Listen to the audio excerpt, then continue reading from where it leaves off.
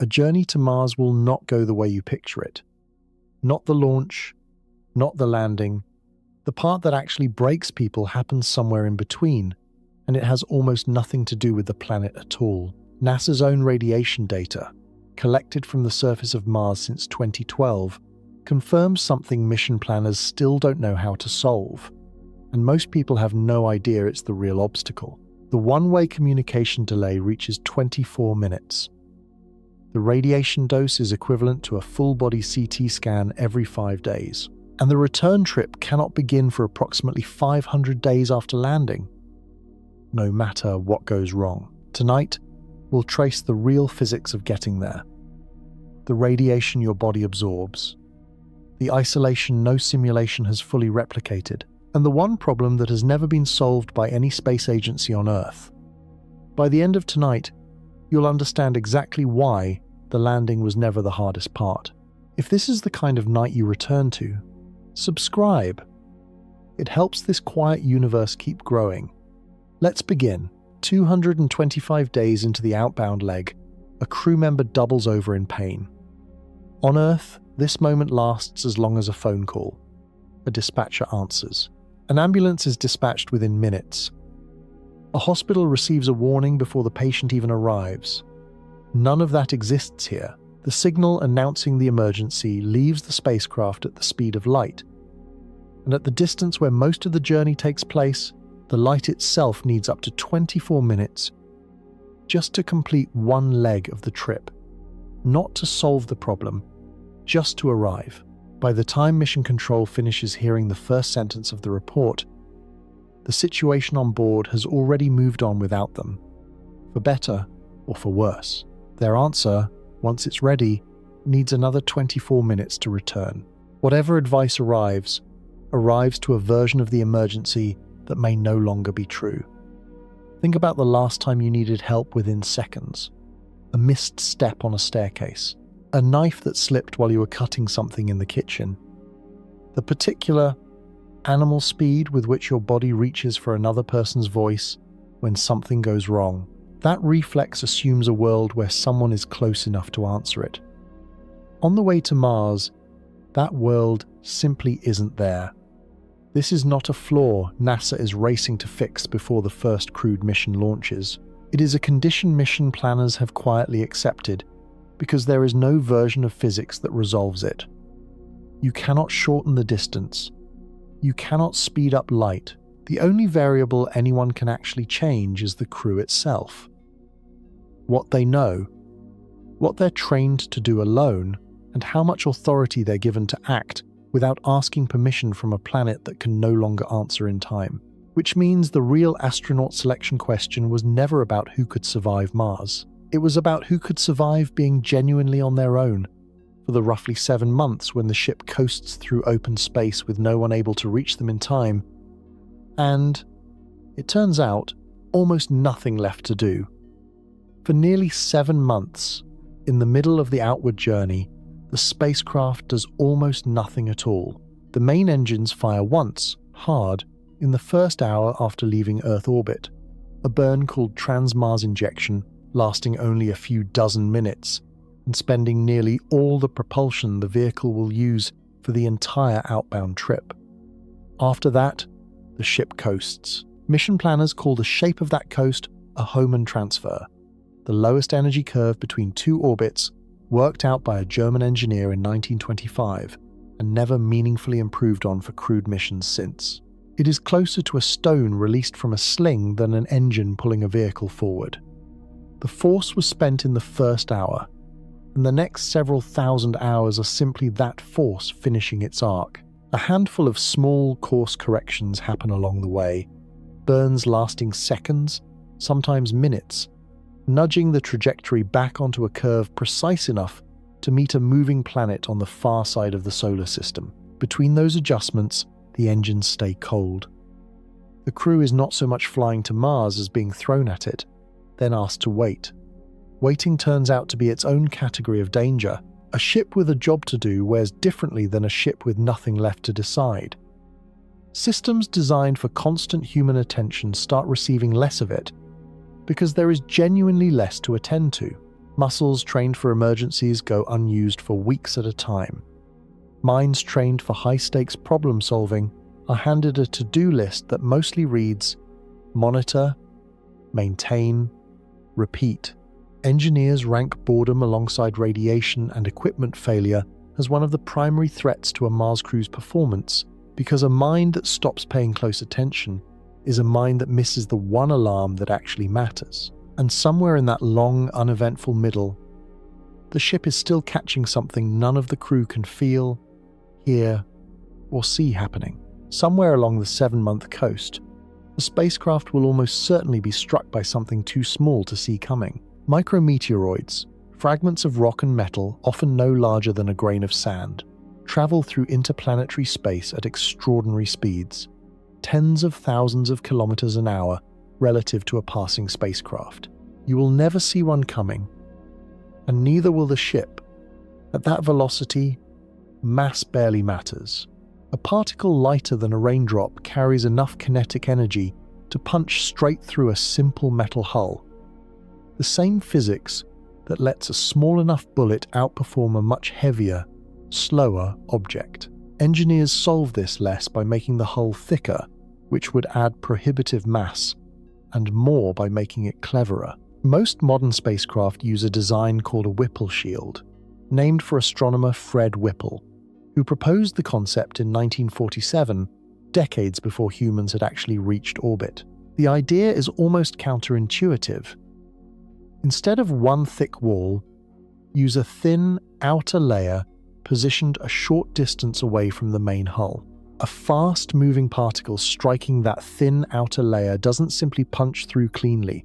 It shatters on impact, vaporizing or fragmenting into a widening cloud of much smaller, much slower debris spread out enough by the time it reaches the actual hull behind it that the main structure can absorb the impact instead of being pierced by one concentrated point of force. The International Space Station relies on exactly this kind of layered shielding and still tracks larger pieces of orbital debris carefully enough to occasionally perform an evasive maneuver when something sizable is projected to pass uncomfortably close. Deep space, away from Earth's crowded orbital environment, carries less debris overall, but not none. And a Mars-bound spacecraft has far less ability to dodge anything at all. Course corrections cost fuel, calculated down to the kilogram, for a trip already operating on a tight propulsion budget, and any evasive maneuver large enough to matter competes directly against the fuel reserved for reaching Mars in the first place. Most impacts, when they happen, are small enough that the shielding handles them exactly as designed. A tiny crater in a sacrificial outer layer nobody on board ever notices happening. The engineering assumption baked into the entire mission is that this remains true for the length of the trip, that nothing large enough to matter crosses the ship's path during the months it spends coasting through open space with no practical way to see it coming in time to react. During the 253 days it took NASA's Curiosity rover to cross from Earth to Mars in 2011 and 2012, an instrument tucked inside its body kept a running count of something no camera could photograph. The radiation assessment detector wasn't built to study Mars. It was built to measure what the trip itself does to anything living that makes it.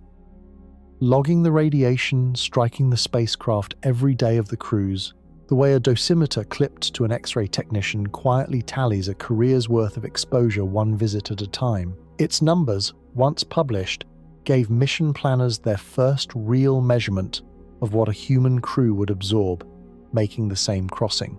The answer settled into an uncomfortable shorthand: a whole-body CT scan's worth of radiation, delivered again roughly every 5 to 6 days for the entire length of the outbound cruise. Not once, not as a worst case, as the baseline, the ordinary, background, nothing went wrong number. Here's what that comparison doesn't quite capture. A CT scan on Earth uses X-rays, photons, stopped fairly efficiently by walls, lead aprons, distance, the atmosphere itself. Most of what strikes a spacecraft in deep space is a different category of radiation entirely. galactic cosmic rays, particles flung across the galaxy by exploding stars millions of years before they ever reach the ship, moving at a meaningful fraction of the speed of light. They are not photons. They are stripped atomic nuclei, protons, helium nuclei, occasionally something heavier, dense enough and fast enough that ordinary spacecraft walls barely slow them down. Aluminum, the material most vehicle hulls are built from, does less against galactic cosmic rays than most passengers would assume. Since Earth's magnetic field and thick atmosphere, the two things actually doing the heavy lifting against this kind of radiation your whole life, simply aren't there to help anymore. Astronauts have reported something stranger, too, and have been reporting it since the earliest Apollo missions. Flashes of light, seen with their eyes fully closed, in the darkness of a sleeping cabin, appearing as streaks or brief bursts, with no external light source anywhere nearby to explain them. The leading explanation is almost unsettling in its directness. Individual cosmic ray particles passing straight through the astronaut's skull and striking the retina or visual cortex itself, triggering a flash of light the same way any other stimulation of those cells would. Except the stimulus here is a particle that began its journey somewhere else in the galaxy. You are not just traveling through radiation on the way to Mars. In a very literal sense, it is traveling through you, cell by cell, sometimes eye by eye, for the entire length of the trip, logging itself into your body whether you ever notice it happening or not. On August 4th, 1972, the Sun released one of the most powerful solar flares ever recorded, hurling a storm of charged particles across the solar system at a significant fraction of the speed of light. No one was on the moon when it happened. Apollo 16 had returned to Earth 4 months earlier. Apollo 17 wouldn't launch for another 4. The gap was coincidence, not planning, and it meant that a flare capable of delivering a potentially severe radiation dose to an unshielded astronaut arrived at an empty lunar surface instead of a crewed one. Later analysis suggested that a crew caught outside, mid-moonwalk, without adequate shelter, could have absorbed a dose serious enough to cause acute radiation sickness, and in a severe enough event, worse. A trip to Mars does not get to rely on that kind of luck for 7 months. Unlike the slow, constant drizzle of galactic radiation arriving from beyond the solar system, a solar particle event is fast, unpredictable, and enormous. A spike, not a baseline. Current detection gives a crew perhaps minutes to at most a few hours of warning before the most energetic particles arrive. There's no outrunning it and no putting it off. The response has to already be built into the ship. Waiting. That response usually takes the shape of a small, deliberately cramped chamber near the center of the vehicle, walled with whatever mass is already on board and useful for blocking particles. Packaged food, even bags of the crew's own waste, arranged to form a shell of dense, hydrogen-rich material around a space barely large enough to sit in. It is not glamorous. It was never meant to be. It is a room built from groceries and garbage, engineered to keep a burst of solar radiation from reaching the people crouched inside it for however many hours the storm takes to pass. For the length of the transit, part of the ship's structure exists for a singular reason. To be climbed into on short notice and trusted, without appeal, without a second opinion from Earth that could arrive too late to matter. But radiation only explains what's arriving from outside the body. Something else has already started rewriting the astronauts from within, and it doesn't need a single solar storm to do it. Bone feels permanent. It is not. Every day of your life, cells inside your skeleton are quietly demolishing old bone and rebuilding new bone in its place, a process that runs continuously and depends, more than most people realize, on your bones being loaded, pressed, pulled, and jolted by the simple, relentless business of standing, walking, and fighting gravity thousands of times a day without ever noticing you're doing it. Remove the gravity, and the demolition crew keeps working. The construction crew slows down. Astronauts on long space missions lose bone mineral density in weight-bearing areas.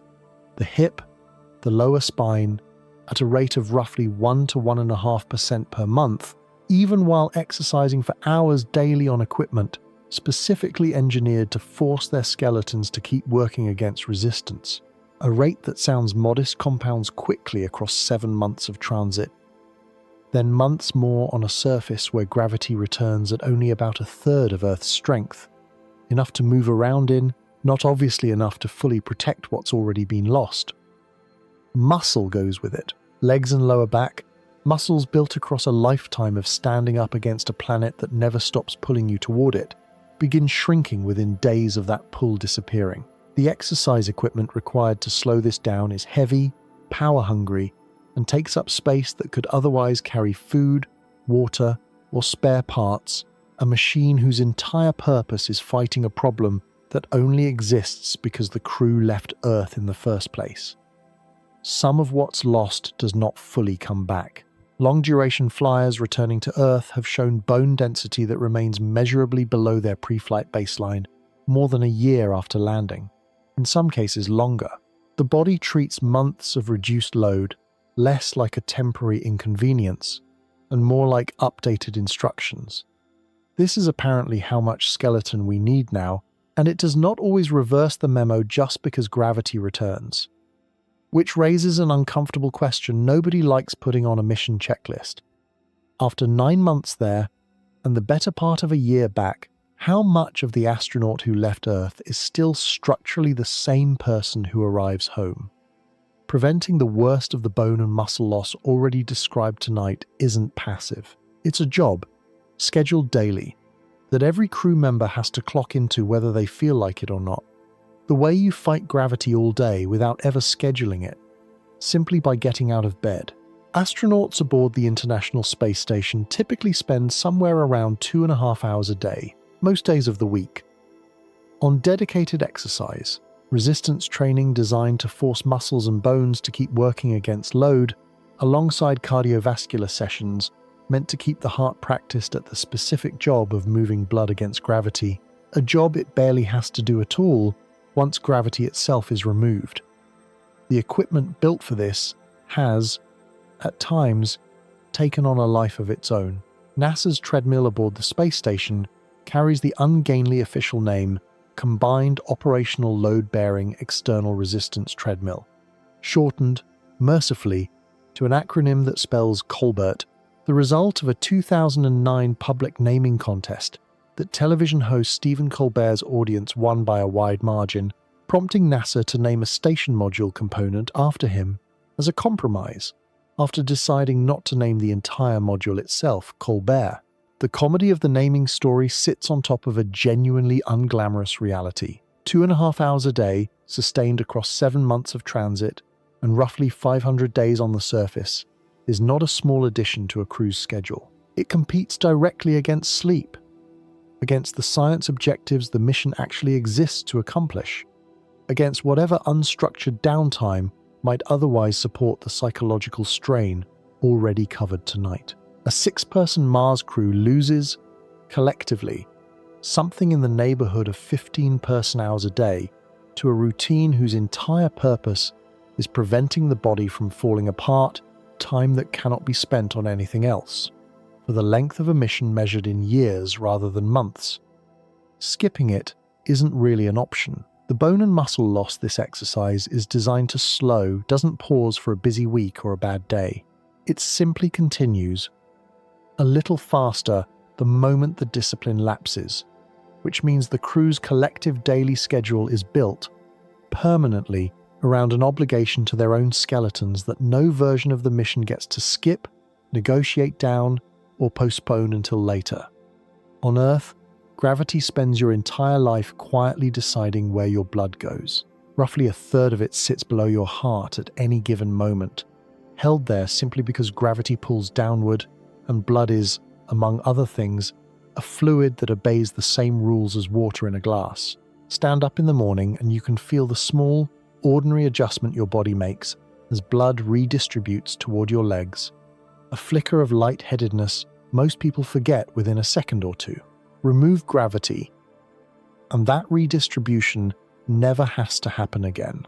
Blood and other fluids that gravity used to keep pooled in the lower body drift upward instead, toward the chest, the neck, and the head, and they simply stay there for the length of the mission. The face is usually the first visible sign, a puffiness astronauts have nicknamed, without much affection, moon face, alongside legs that thin out for the opposite reason, deprived of fluid gravity used to send their way. Underneath the cosmetic change, the same shift is doing something considerably less cosmetic inside the skull. Extra fluid raises pressure inside a rigid container that has no room to expand. That pressure pushes, gently and continuously, against the back of the eye, flattening its normally round shape and swelling the nerve that carries signal from eye to brain. Doctors only formally recognized the pattern around 2011, giving it a name: Spaceflight-Associated Neuroocular Syndrome, years after astronauts had already been quietly returning from long missions with blurred distance vision they hadn't had on the way up. Later surveys found signs of it in a majority of astronauts who'd spent 6 months or more in orbit. Some of those changes fade after landing. Some, in a portion of cases, do not. No agency has a proven fix. Researchers have tested goggles that create negative pressure around the lower body, mechanically coaxing fluid back down the way gravity used to, with results promising enough to keep funding the research and not yet complete enough to call the problem solved. Somewhere on the way to Mars, in a body that otherwise looks and feels fine, pressure is quietly rising behind two eyes that will need to keep working, reading instruments, watching for hazards, recognizing a crewmate's expression. For the entire rest of the mission, somewhere in the ship's plumbing right now, water that was, within the last day, sweat, breath, or something considerably less polite, is being turned back into water fit to drink. None of that is treated as remarkable by the people living with it. It's simply how the numbers work when nothing new is coming aboard for the better part of a year. On the International Space Station, recovery systems already reclaim somewhere in the range of 90 to 98% of the water on board. Pulling it from urine, from sweat evaporated into cabin air, even from the humidity of every breath. Every crew member exhales, running it through filtration and distillation until it meets a drinking standard tighter, in some respects, than most municipal water supplies on Earth. Astronauts have joked, more than once, that today's coffee is largely composed of a version of itself from several days earlier.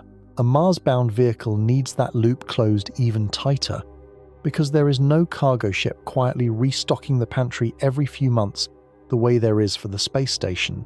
Water reclaimed at 98% still loses a little more every cycle, and a little, compounded across 7 months outbound, months on the surface, and 7 months back, adds up to a margin someone in mission planning has already spent years worrying about.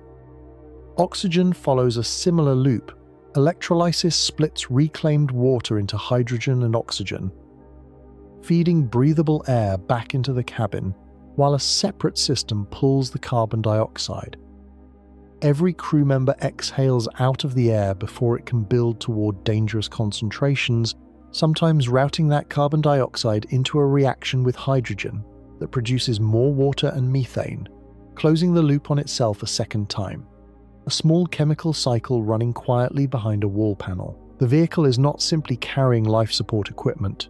For the length of the mission, it is functioning as a slow, mechanical impression of a planet, of the water cycle, the carbon cycle, the oxygen exchange that Earth performs at a scale so enormous nobody on the ground ever has to think about it. A machine roughly the size of a school bus is attempting to do, for 6 people, what an entire biosphere does for 8 billion. It does this without a single day off, for years at a time, with no backup planet standing by if it fails.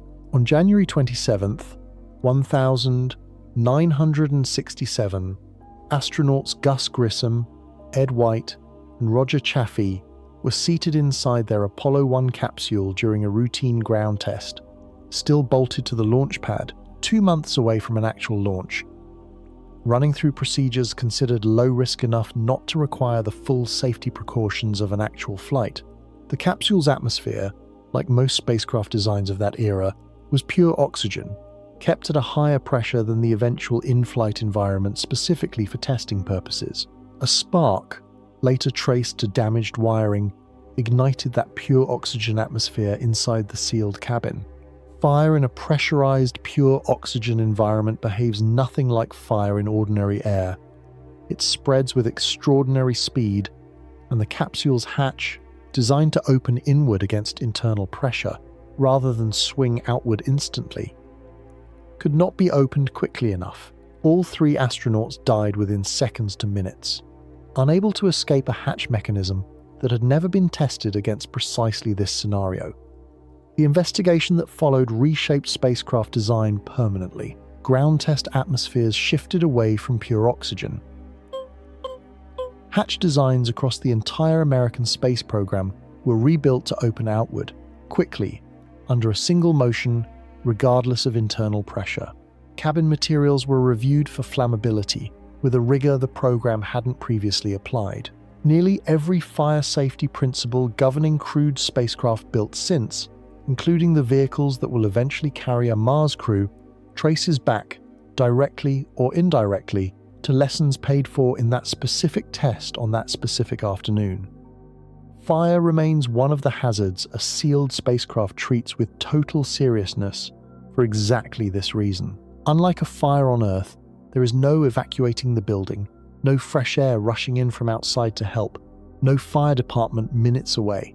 A fire aboard a Mars-bound vehicle would have to be fought entirely by the same 6 people breathing the same sealed atmosphere it threatens, using equipment and procedures built, in no small part, on the specific, irreversible mistake made on a launch pad in 1967 by a program that learned, at the highest possible cost, exactly how quickly a sealed environment can turn against the people trusting it to keep them alive. On the International Space Station, a crew member with a serious question rarely waits more than a few seconds for someone on Earth to weigh in. Communication with low orbit is close to real time. Controllers listening, watching telemetry, ready to intervene on almost everything from a medical concern to a failing valve, sometimes before the astronaut aboard has even finished describing the problem. It is, functionally, remote supervision. The crew executes. The ground decides. A Mars mission cannot be run that way. And NASA has known this for longer than most people realize. Somewhere past a certain distance from Earth, the communication delay grows too long for real-time guidance to mean anything. A question asked in a genuine emergency might not receive an answer until the emergency has already resolved itself, one way or the other, without anyone on Earth ever getting the chance to weigh in. So the entire relationship has to invert. Instead of executing decisions made on the ground, the crew has to start making them, alone, with authority previously reserved for mission controllers, with rooms of specialists and years of institutional memory behind them. Researchers have spent years rehearsing exactly this shift inside a facility at NASA's Johnson Space Center called HERA, the Human Exploration Research Analog, a sealed habitat where volunteer crews live for weeks at a stretch under artificially imposed communication delays, sometimes stretched to match the real lag of a Mars mission, watching how quickly a group of capable, well-trained people start behaving less like a supervised team and more like their own small, isolated government. Someone has to become the person who decides, in the moment, without appeal. Someone has to be trusted to be wrong sometimes, because the alternative, waiting for a verdict from a planet 40 minutes away round trip, is not actually a form of safety. It only feels like one. 6 people, sealed in a vehicle far past rescue range, are being asked to function as their own medical board, their own repair crew, their own court of final appeal, and their own source of comfort on the nights when none of those roles is going well. And it turns out the hardest part of that arrangement was never designing the training. It's discovering what 6 human minds actually do to each other and to themselves once nobody outside the hull is watching. In 2010, 6 men climbed into a sealed facility outside Moscow and did not step outside again for 520 days. Nothing about the experiment involved leaving Earth. The habitat sat inside a research institute, its narrow corridors and windowless modules built to reproduce, as closely as ground-based engineering allows, what a genuine round-trip mission to Mars would actually feel like. The same duration, the same simulated communication delay creeping in and out as the fictional spacecraft moved farther from and closer to Earth, the same rationed supplies, the same total absence of fresh air, private outdoor space, or contact with anyone who wasn't already inside with you. Mars 500, the European and Russian space agencies called it. On paper, everyone involved understood the entire premise was constructed. There was no rocket. There was no vacuum outside the wall. Any participant could, technically, have opened a door and walked back into ordinary Moscow life. You might assume knowing that would make everything easier. It didn't. Not for everyone, and not for the reason anyone expected. Roughly 4 months in, one crew member's sleep and wake times began drifting away from the rest of the crews. A little later each day, the way a clock running slightly slow falls further behind the correct time, the longer it's left unadjusted. Within weeks, he was fully awake while his crewmates slept, and asleep during the hours they worked, ate, and talked. He remained physically present in the same sealed habitat as 5 other men for the rest of the study. He was, for practical purposes, alone in it, his private clock having quietly detached itself from everyone else's, one unnoticed minute at a time, until there was no shared daylight left between them at all. On the day the simulated mission concluded, 3 of the crew put on mock spacesuits and walked out onto a patch of ground dressed to represent the Martian surface, inside the same facility they'd never physically left. Researchers monitoring the group afterward described genuine, complicated emotion among the participants. Pride, exhaustion, something close to grief at the idea of the mission being over, despite every person involved having known the entire time exactly where they actually were. The body and the mind, it turns out, do not require a mission to be real in order to respond to it as though it is, which is either reassuring or deeply unsettling, depending on how you think about the 6 people who will eventually make the real version of this trip, with no door left to walk back through. Polar expedition leaders noticed the pattern more than a century ago, long before anyone had a name for it. Crews wintering over in Antarctica rarely suffered their worst stretch of morale at the beginning of an expedition, when the novelty of isolation was still fresh, or, at the very end, when the return home was close enough to count down toward. The hardest stretch consistently fell somewhere in the middle. Specifically, in the 3rd quarter of the mission, once the newness had completely worn off, but before the ending felt real enough to motivate anyone through a bad day. Researchers eventually gave the pattern a name, the 3rd quarter phenomenon. It has since been documented across submarine crews, Antarctic research stations, and the long-duration isolation studies NASA funds specifically to understand what a Mars crew will experience psychologically, not physically. The shape of the dip is consistent enough that mission planners now treat it less like a possibility and more like a scheduling certainty, something to be planned around rather than hoped away. Here's the detail that makes the pattern genuinely dangerous for a Mars mission rather than merely uncomfortable.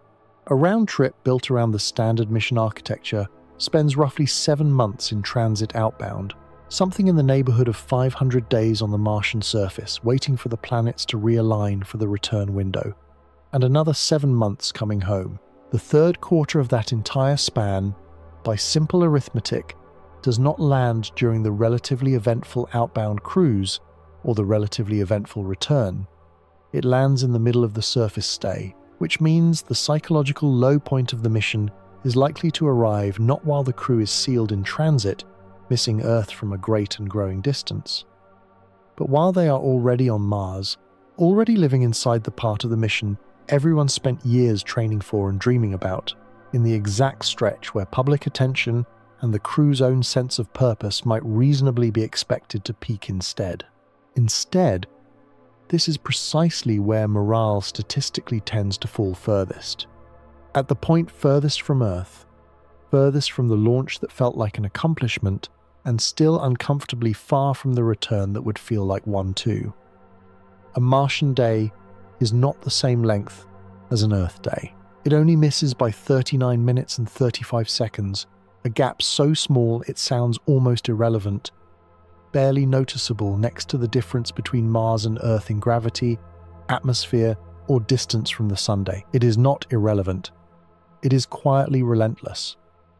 When NASA's Spirit and Opportunity rovers landed in 2004, and again when Curiosity landed in 2012, the human teams responsible for planning each rover's next moves needed to work on Mars local time.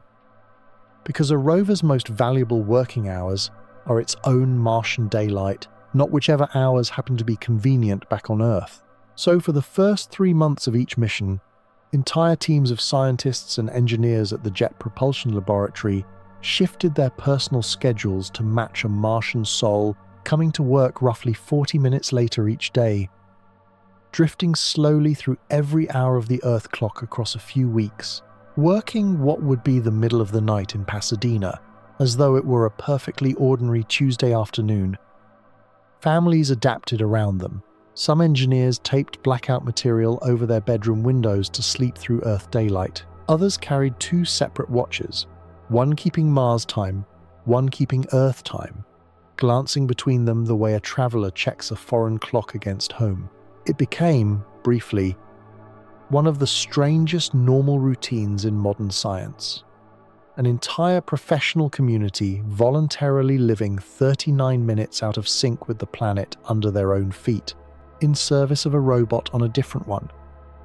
Your body has never had to do this. Every rhythm inside you, sleep, appetite, alertness, body temperature, was tuned by evolution to a 24-hour cycle, long before anyone thought to measure it in hours at all. A crew actually living on Mars does not get to shift schedules for 3 months and then shift back. 39 minutes a day, repeated across roughly 500 days on the surface, means a human circadian system built for one planet's rotation spends the entire surface mission gently, permanently out of step with the planet it's now living on, recalibrating toward a day that is, by every internal measure your body has ever used, very slightly, endlessly, wrong. Ask astronauts what surprised them most about long missions, and food comes up more often than almost anything else. Not because it runs out, but because it stops tasting like itself. Fluid shifts toward the head, the same redistribution responsible for puffy faces and rising eye pressure, tend to leave the sinuses mildly congested for the length of a mission. A persistent, low-grade version of the stuffiness that dulls your sense of taste and smell during an ordinary head cold.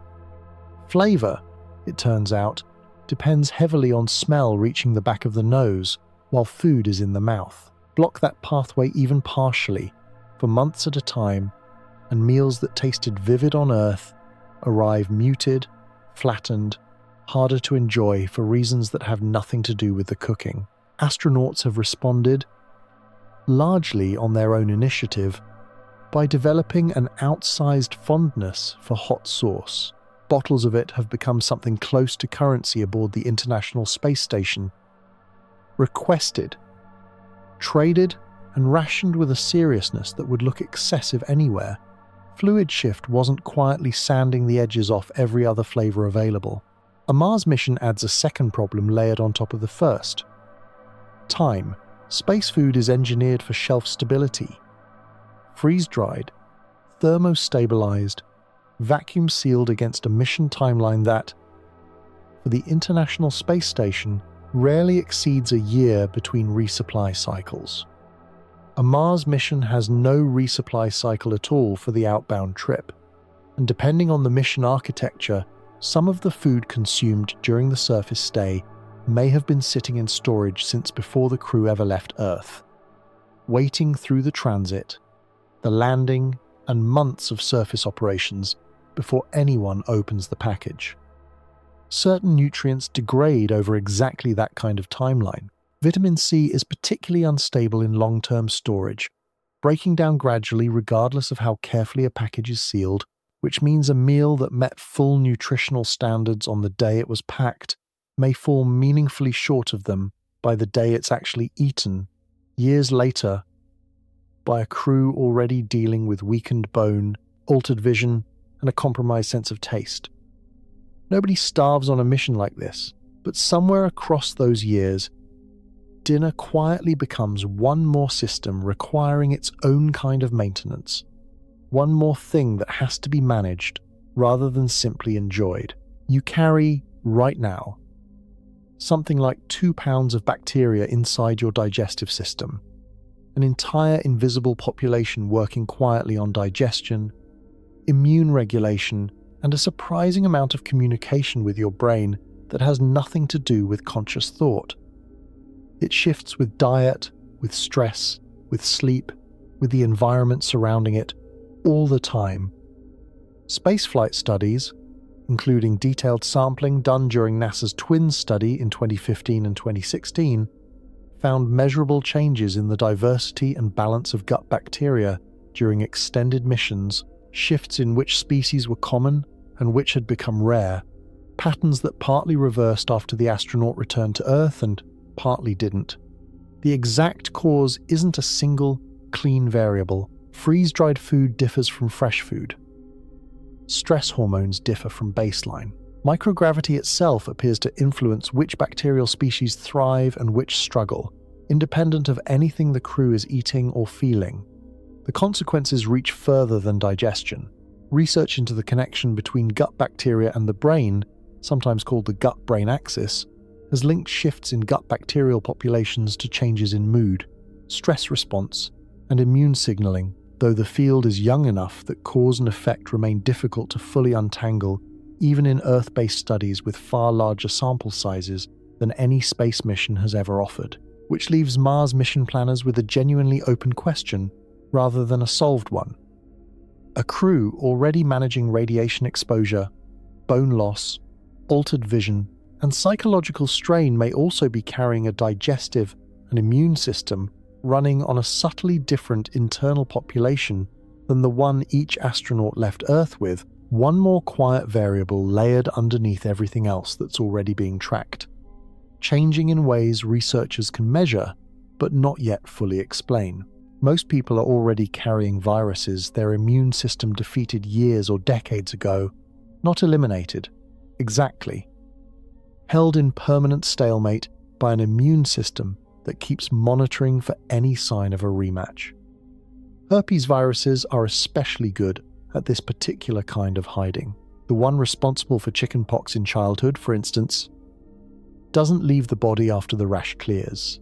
It retreats into nerve tissue and stays there, quiet, for the rest of a person's life, kept in check by routine immune surveillance, occasionally resurfacing decades later as shingles if that surveillance weakens.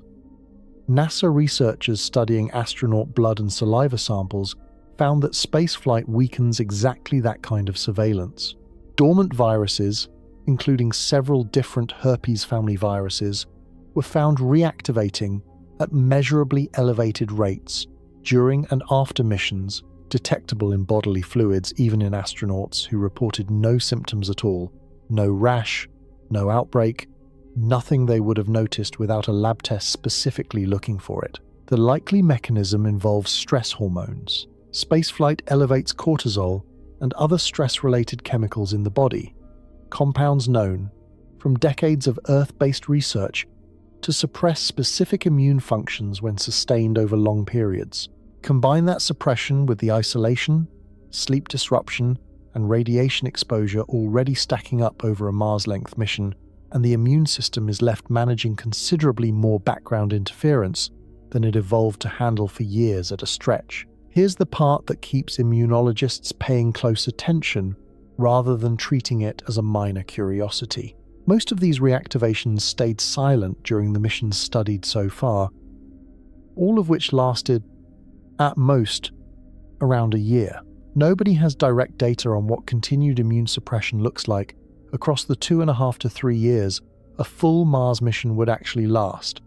Whether the reactivations stay this quiet indefinitely, or whether extending the timeline eventually gives one of these old, familiar viruses enough room to stop being quiet at all. Confinement research consistently finds something that sounds, at first, like good news.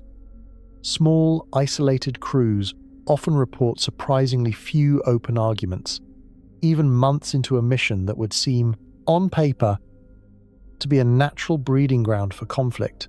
The finding is real. The optimism around it usually isn't warranted. You've probably swallowed a comment once or twice just to keep the peace with someone you couldn't avoid for the rest of the day. Try doing that for years with the same 5 people and nowhere else to go.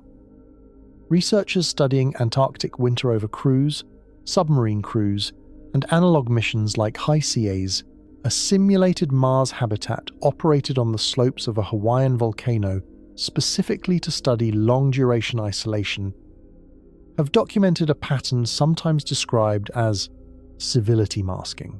In an environment with no real escape, no separate room to retreat to for very long, and no way to simply avoid a person you're frustrated with, open conflict starts to feel too costly to risk. Crew members learn, often without consciously deciding to suppress ordinary friction rather than air it, smoothing over the small irritations that would normally surface and resolve themselves naturally in a life with more room to maneuver.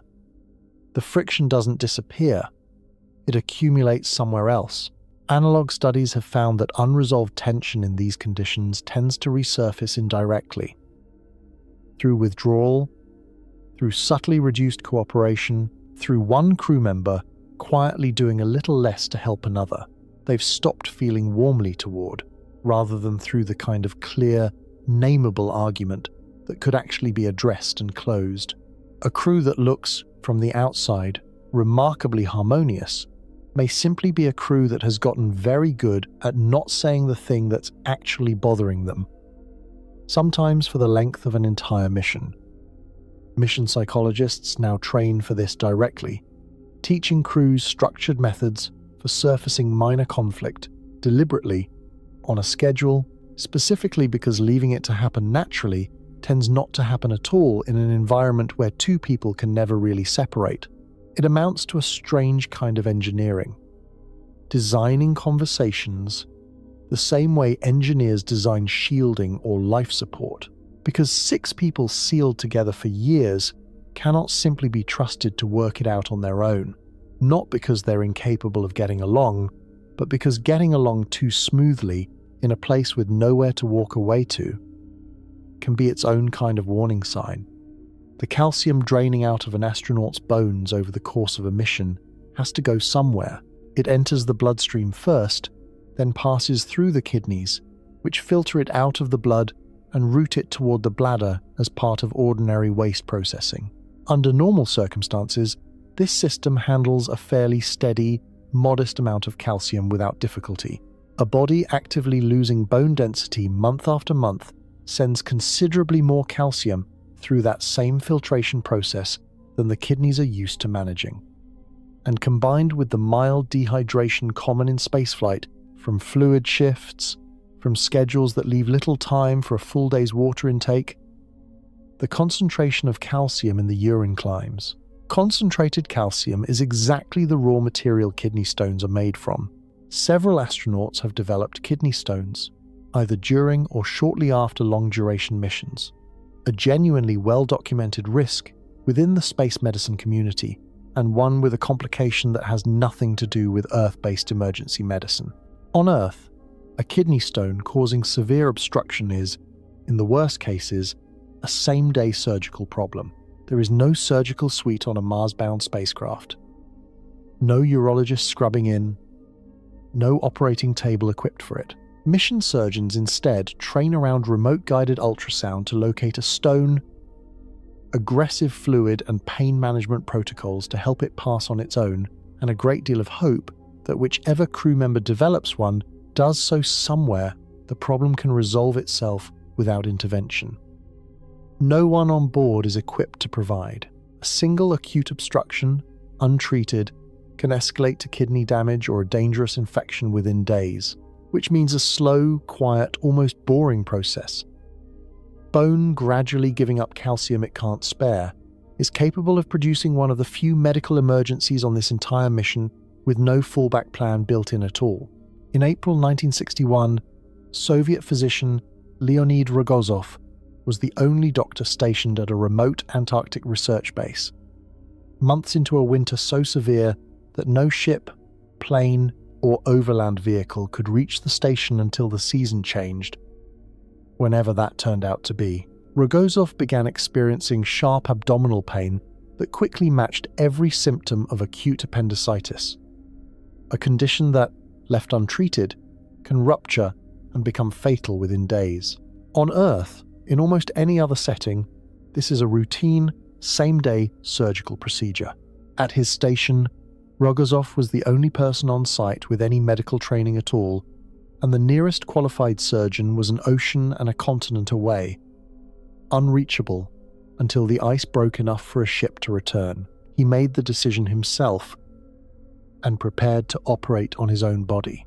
Working with 2 station colleagues assisting, one holding a mirror, one handing him instruments, Rogozov administered local anesthesia to his own abdomen, since anything stronger risked losing consciousness with no other surgeon present to take over, and began the procedure lying partially reclined, watching his own inflamed appendix in a small hand mirror, cutting and working by feel and reflected image at once.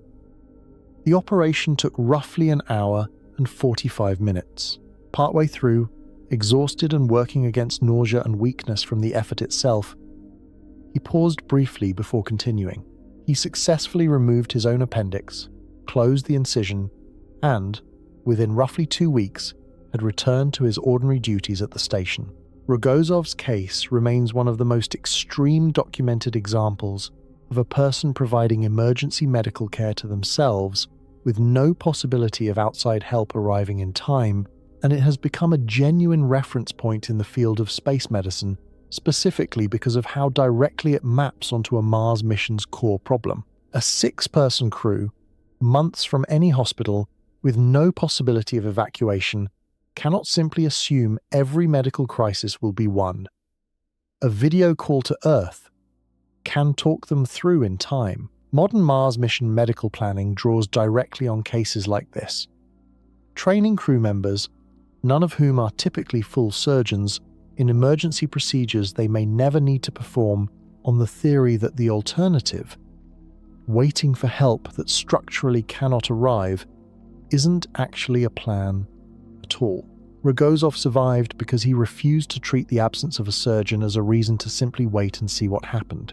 A Mars crew is being asked to carry that same willingness with them from the moment they leave Earth's orbit, hoping the entire time that the closest thing to Rogozov's mirror they ever need is the training itself, and never the appendix. Mars's atmosphere presents spacecraft engineers with a problem that has no clean solution, only trade-offs.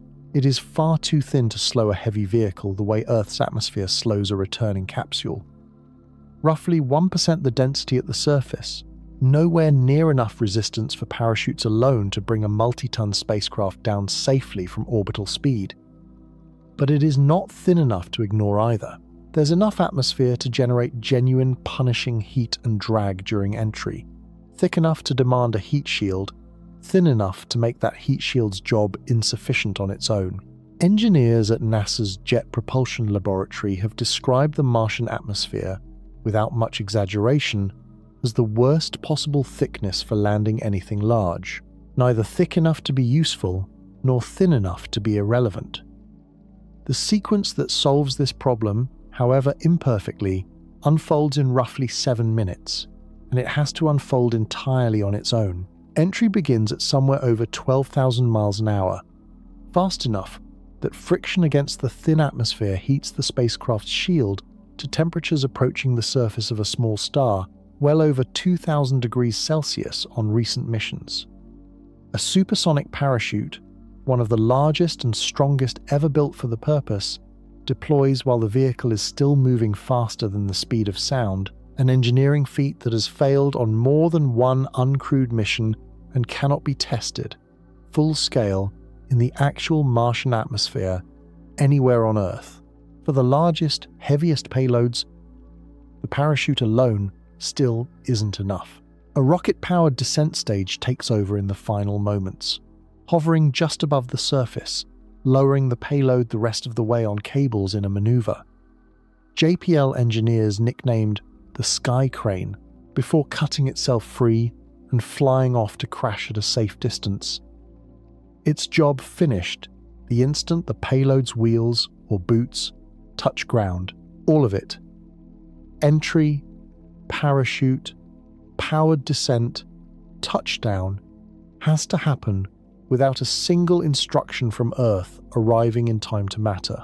By the time Mission Control on Earth even receives the signal confirming the spacecraft has entered the atmosphere, roughly 11 to 12 minutes have already passed for a typical mission geometry, which means the entire landing sequence, all 7 of its minutes, is already finished, successfully or catastrophically, before anyone on the ground even knows it has begun.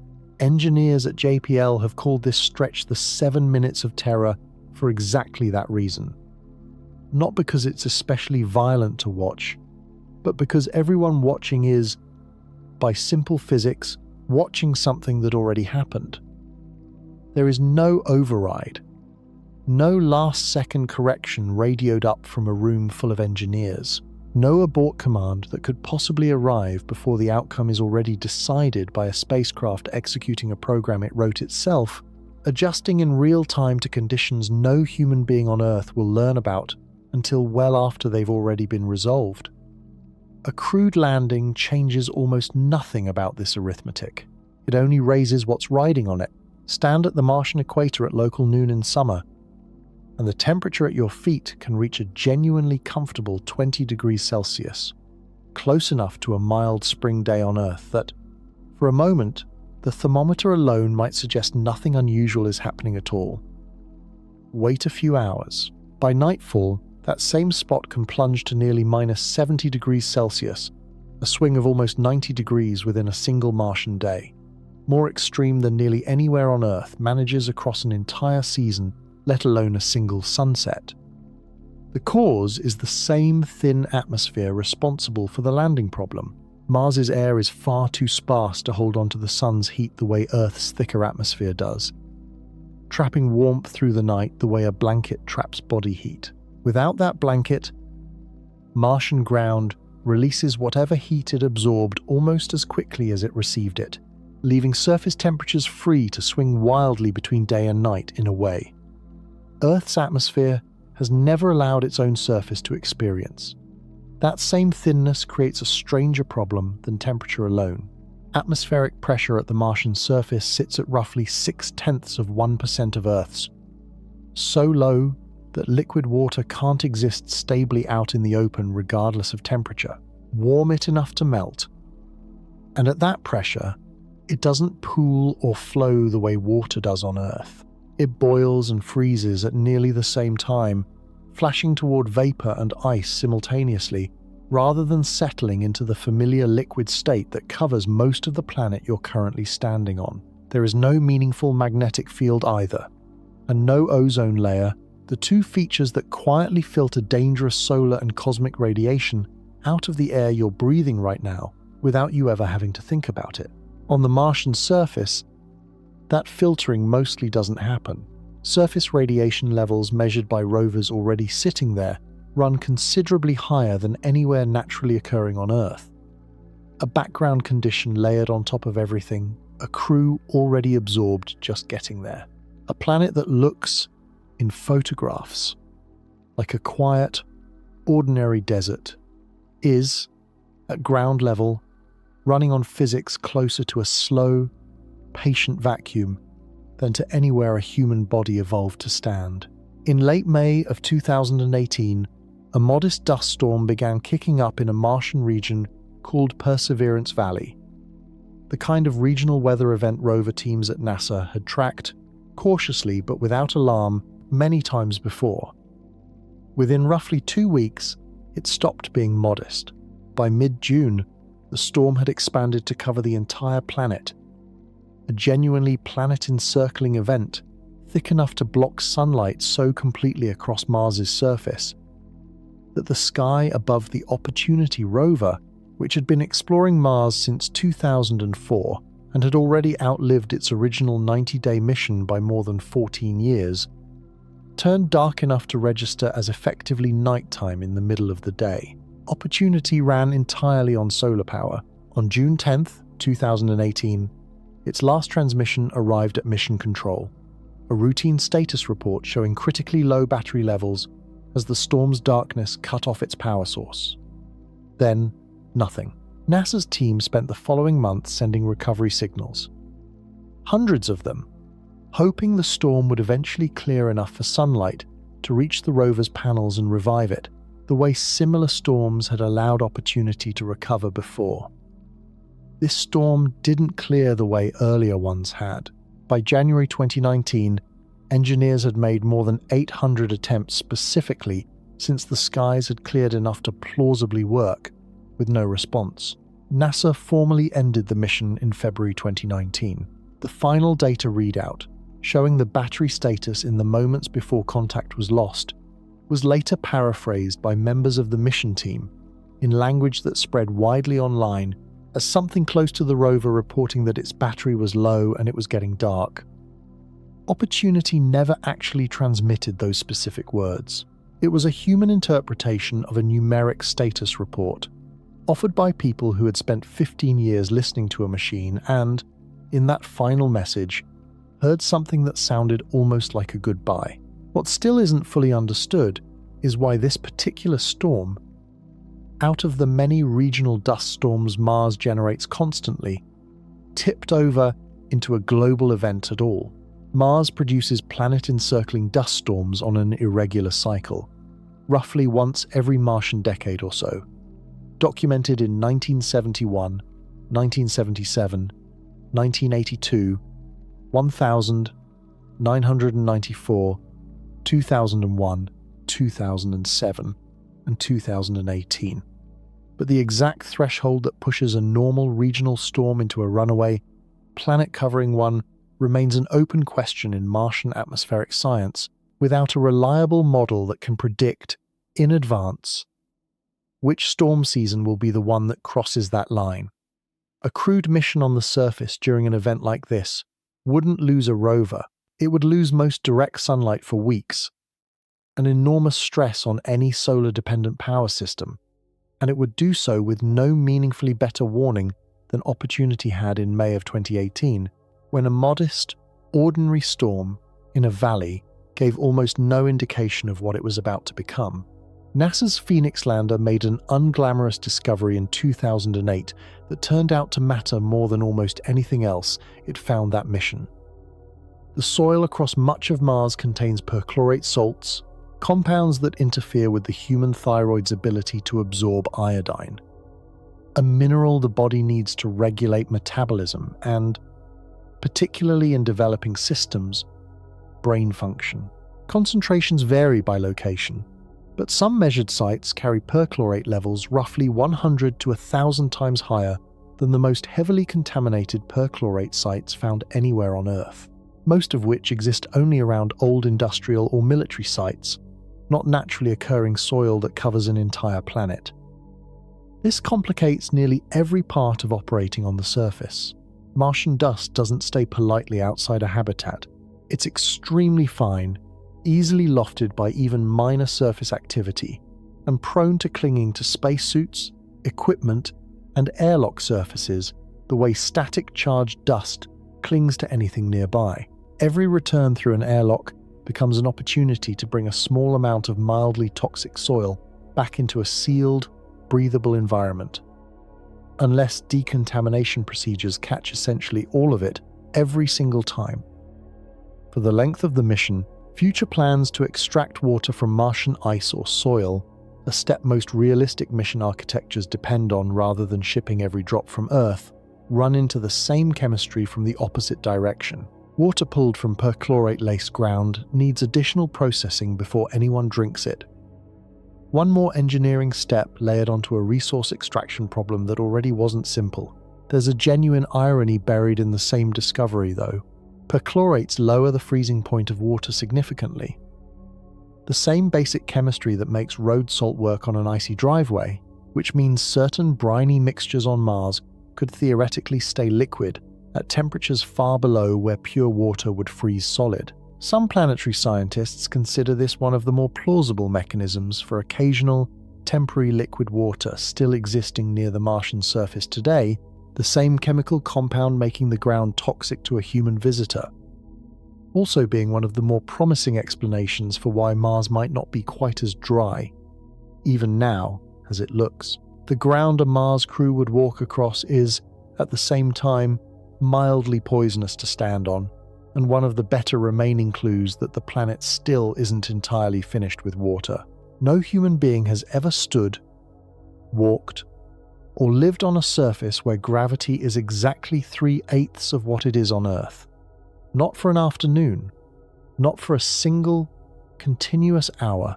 That statement sounds like it can't possibly be true, given how much time humanity has already spent in space. But the actual human experience with gravity outside Earth is narrower than most people assume, clustered at exactly 2 data points. There is Earth's full gravity, the one your entire body was built around, the one every bone density study, every cardiovascular model, every balance mechanism in your inner ear takes as its baseline. And there is essentially zero gravity.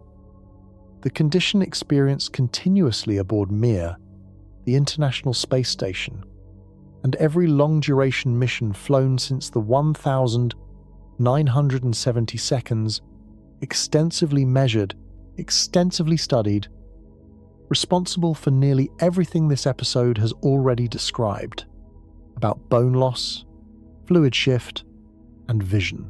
In between those 2 points sits almost everything else, largely unexplored. Apollo astronauts experienced the moon's gravity, about 1/6 of Earth's, but only briefly.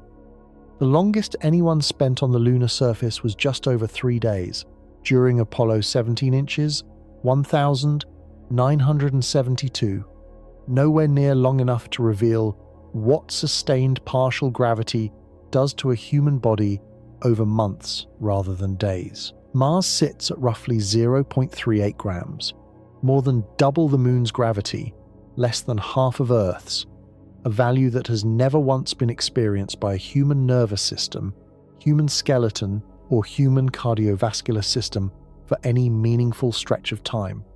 Scientists genuinely do not know, with real data, what this specific gravity level does to the body across months. 2 entirely reasonable, opposing hypotheses currently coexist in the research community, with no experiment yet capable of settling between them. The optimistic version holds that even partial gravity gives bones and muscles enough ongoing load to significantly slow the degradation seen in true weightlessness, that something is meaningfully better than nothing, and that a Mars crew's surface stay might function almost like a recovery period compared to the punishing zero gravity of the transit. The pessimistic version holds the opposite, that 0.38 grams may fall below whatever true threshold the body actually needs to maintain itself, meaning bone and muscle continue degrading through the surface, stay nearly as fast as they did in transit, just with worse psychological consequences, since a body quietly failing while standing on solid ground under open sky feels very different from a body failing while floating in a sealed capsule. Ground-based research can approximate zero gravity reasonably well, through bed rest studies, through parabolic flight, through underwater neutral buoyancy. Nothing on Earth can truthfully simulate 0.38 grams for a sustained period, because Earth's own gravity is always right there, underneath every experiment, refusing to be partially subtracted. Which means the answer to one of the most basic physical questions about living on Mars, whether the planet's own gravity helps the human body or simply fails it more slowly, will not be known with any real confidence until astronauts have actually lived there long enough to find out, on a mission that, by definition, cannot be cancelled partway through simply because the early data looks concerning. On July 16, 2013, Italian astronaut Luca Parmitano was less than an hour into a spacewalk outside the International Space Station when he noticed something wrong at the back of his head. Water floating in small drifting globules inside his helmet, with no obvious source and nowhere for it to safely go. The water kept coming. Within minutes, it had spread across his scalp, into his ears, and begun creeping toward his eyes, nose, and mouth. Inside a sealed helmet, in the vacuum of space, with no way to simply reach up and wipe it away. Communication became difficult as water crept over the microphone near his mouth. Parmitano, guided by memory rather than sight in a helmet he could no longer clearly see out of, felt his way back along the station's exterior to the airlock in what NASA later classified as one of the most serious close calls in the history of the spacewalk program. Investigators traced the cause to a malfunction in the suit's cooling system, which had allowed water intended to stay in a separate loop to leak into the ventilation system feeding his helmet instead. Nobody had specifically engineered against this particular failure, because nobody had specifically imagined it happening in quite this way. Spacesuits, extraordinarily capable as they are, remain complicated, aging pieces of hardware, built to exacting standards but still subject to the same basic reality as any mechanical system. Components wear, seals degrade, and rare failure modes eventually surface, given enough total hours of use. Current EVA suits were designed around the cadence of missions like the International Space Stations. A modest number of spacewalks scheduled across a rotation of different astronauts, with replacement parts and, if truly necessary, entirely new suits available from Earth. A Mars surface mission changes that cadence completely. 500 days on the surface, with genuine scientific and logistical reasons to leave the habitat regularly, could mean hundreds of individual excursions across a single mission, worn by a small, fixed set of suits that have to last the entire stay. Maintained and repaired using only what the crew brought or manufactured themselves, with no supplier anywhere within reach if a critical seal or system starts failing the way Parmitano's cooling loop did. No suit in current use has ever been tested against that specific wear pattern, because no mission before this one has ever needed to ask that much of a single set of suits for that long, with replacement no longer measured in a cargo launch away, but in years. The obvious solution to spacecraft radiation sounds like simple physics. Add more shielding, block more particles, protect the crew. For the kind of radiation astronauts absorb in low Earth orbit, largely protons trapped by Earth's own magnetic field, that logic mostly holds. More mass between a human body and incoming radiation generally means less radiation reaching that body. The same basic principle behind lead aprons in a dental X-ray room. Galactic cosmic rays behave differently, and the difference is not a minor technical footnote. These particles, mostly the stripped nuclei of atoms accelerated to enormous speeds by exploding stars elsewhere in the galaxy, carry so much energy that when one strikes a dense atomic nucleus, aluminum, for instance, or the heavier shielding materials that intuition suggests should work best, it doesn't simply stop, it shatters. The collision triggers a process called spallation, breaking the original particle and the nucleus. It struck into a spray of secondary particles, a fragmentation cascade that can, in some configurations, deliver more biological damage to the tissue behind the shielding than the original particle would have caused passing through unobstructed. Thicker walls, in other words, can sometimes make the radiation problem worse rather than better, a genuinely counterintuitive result that took researchers years of dedicated study to confirm and quantify. Lighter, hydrogen-rich materials perform meaningfully better against this specific threat. Water, polyethylene, and similar substances, because hydrogen's small, simple nucleus produces far less severe fragmentation when struck, absorbing energy more gradually rather than triggering a cascade of secondary particles. This is part of why mission designs increasingly favor arranging stored water and food, mass the ship needs to carry anyway, into the walls surrounding crew quarters, rather than adding separate, dedicated shielding built from denser traditional materials. Even the best current approach, though, only reduces galactic cosmic ray exposure. It does not come close to eliminating it. The particles carry too much energy, arrive from too many directions, and interact with matter in ways too complicated for any shielding mass that could realistically be launched to fully block. NASA's own life sciences researchers list galactic cosmic ray exposure as one of the primary unresolved obstacles to a Mars mission that stays within the agency's own established radiation exposure limits. A problem acknowledged openly in published research rather than treated as a solved footnote in mission planning documents. There is no material scientists are quietly waiting to finish inventing that will fix this. The physics itself sets the limit. A spacecraft can be built lighter, smarter, and more efficiently shielded than any vehicle that has ever carried a human being before, and every crew member aboard will still absorb more of this particular kind of radiation than any workplace safety standard on Earth would ever permit, for the simple reason that no employer on Earth has ever needed an exemption broad enough to cover a trip like this one. Every hazard covered tonight so far — radiation, reduced gravity, isolation, disrupted sleep — has largely been studied and measured as though it exists on its own, isolated from all the others the way most laboratory science works. Change one variable at a time, hold everything else constant, and measure exactly what changes. A Mars mission doesn't offer that kind of isolation. Every one of these stressors happens simultaneously, for years, inside the same body. And researchers studying spaceflight biology have increasingly focused on a genuinely unsettling possibility that combined stressors might not simply add together the way separate line items on a risk assessment would suggest, but interact, amplifying each other in ways that don't show up when each risk is tested alone.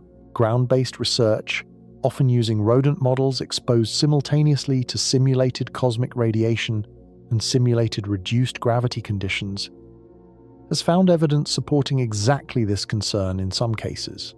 Combined exposure producing effects on bone density, cognitive function, or tissue damage, measurably worse than what either stressor alone would predict. A synergistic effect rather than a simply additive one. The mechanism isn't fully mapped. Radiation may impair the body's normal repair and recovery processes at precisely the moment. Reduced gravity is placing additional strain on the same systems, compounding rather than merely coexisting. This matters enormously for how confidently anyone can currently predict what a real Mars crew will experience. Every dose limit, every exercise protocol, every countermeasure covered tonight has largely been calculated against single variable data. Radiation studied mostly on its own, bone loss studied mostly on its own, immune suppression studied mostly on its own. Nobody has run a controlled, long-duration study on human beings experiencing the full combined weight of every stressor simultaneously for the length of an actual Mars mission, because doing so safely would require essentially sending the mission first in order to study it, which leaves mission planners working from models that may understate the real risk. Not because the individual measurements are wrong, but because the human body a Mars crew actually carries with them has never been asked to absorb all of these things at once. For this long, and nobody currently knows with certainty whether the whole ends up being simply the sum of its parts, or something considerably heavier than that. Every isolated environment humans have ever studied still keeps one thing in common with home: a way back. However difficult, the International Space Station has a Soyuz or Crew Dragon capsule permanently docked, fueled, and ready, capable of returning a crew to Earth's surface within hours of a serious enough emergency. Antarctic research stations, brutal as their winters are, remain reachable, eventually, by aircraft or overland traverse if a situation becomes dire enough to justify the risk. Submarine crews operate under strict protocols specifically because a true abort option, surfacing, exists even in the worst-case scenario. Every psychological isolation study ever run, including Mars 500, took place inside a facility with an actual door, one nobody was permitted to open, but one that unambiguously existed. Past a certain point on the outbound leg to Mars, that door stops existing in any physical sense. There is no faster capsule waiting to bring a crew home sooner than the mission's planned return date. There is no rescue vehicle capable of reaching them mid-transit. If a catastrophic, unrecoverable failure begins once the crew is committed past that point, roughly the boundary where the fuel required to abort and return exceeds what the ship carries, the remaining outcome is determined entirely by whatever the ship, the crew, and the laws of physics allow, with no external intervention possible at any price, from any government, at any speed. This condition is not something any isolation study, however rigorous, has actually tested, because no ethics board on Earth would approve an experiment with a genuinely irreversible worst-case outcome. Every Mars 500 participant, every Hera volunteer, every Antarctic overwinter crew member has always known, somewhere underneath the simulation, that the door was real. That knowledge itself is part of what made those studies survivable as studies. It may also be exactly the variable missing from every finding they produced. Researchers can measure how people behave under simulated isolation, simulated communication delay, simulated distance. Nobody has ever been able to measure how people behave under the real thing, because measuring it requires the real thing to actually happen to real people first. When Perseverance touched down on Mars in February 2021, it carried a small, unglamorous experiment about the size of a car battery, designed to do something no machine had ever done on another planet: manufacture breathable oxygen out of the Martian air itself. The instrument, called MOXIE, works by pulling in Mars's thin atmosphere, roughly 95% carbon dioxide, and running it through a process that splits those carbon dioxide molecules apart, producing oxygen as a byproduct and releasing carbon monoxide as waste.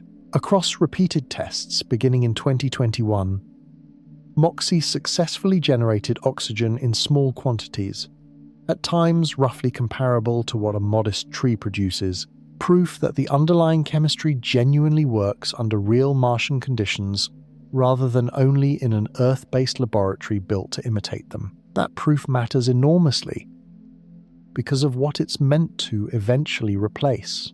Carrying enough fuel from Earth for a return trip, in addition to everything needed for the outbound journey and the surface stay, would make a crewed Mars mission so heavy that current or near-future rockets likely couldn't launch it at all. The alternative that most realistic mission architectures depend on instead is manufacturing the return propellant on Mars itself, using local resources, before the crew ever leaves Earth. Oxygen extracted from atmospheric carbon dioxide, potentially combined with hydrogen brought from Earth or pulled from water ice in the Martian ground through a related process, would be converted into the tons of propellant. An ascent vehicle needs to leave the surface and begin the trip home. MOXIE proved the chemistry at a scale of grams per hour. A real mission needs it at a scale of tons, produced continuously, reliably, for months, by equipment operating without a repair technician, spare parts supply chain, or manufacturer's warranty anywhere within 100 million miles. Using a process validated so far at roughly 1,000 times smaller than what an actual mission requires. Here's the part of the plan that leaves no room for a partial success. In most proposed mission architectures, this fuel production system would need to be landed on Mars and proven fully operational years before any crew launches from Earth, specifically so mission planners can confirm the return fuel already exists and is already safely stored before committing human lives to the trip. If the system underperforms, breaks down, or produces fuel more slowly than projected, the fix isn't a house call. It's waiting, potentially years, for the next viable opportunity to try again, with a crew whose own timeline, food supply, And radiation exposure budget is not designed to simply wait alongside it indefinitely. The chemistry is proven. The scale is not. And the entire return half of the mission depends on the gap between those two things closing completely, on schedule, with nobody available to intervene if it doesn't. Landing on Mars gets most of the attention. 7 minutes of automated descent, a heat shield, a sky crane, an audience of engineers unable to do anything but watch. Leaving Mars carries an entirely different kind of pressure. Quieter, but in some ways, less forgiving. An ascent vehicle waiting on the Martian surface for the return window has one job: light its engines, on command, and lift a crew off the surface into orbit, where the return spacecraft is either waiting or will rendezvous shortly after. Unlike a rocket launching from Earth, there is no backup vehicle standing by on a neighboring pad. No second attempt scheduled for the following morning if the first doesn't go as planned. Whatever hardware is sitting on the Martian surface at the moment the crew needs to leave is the only hardware available to get them off the planet at all.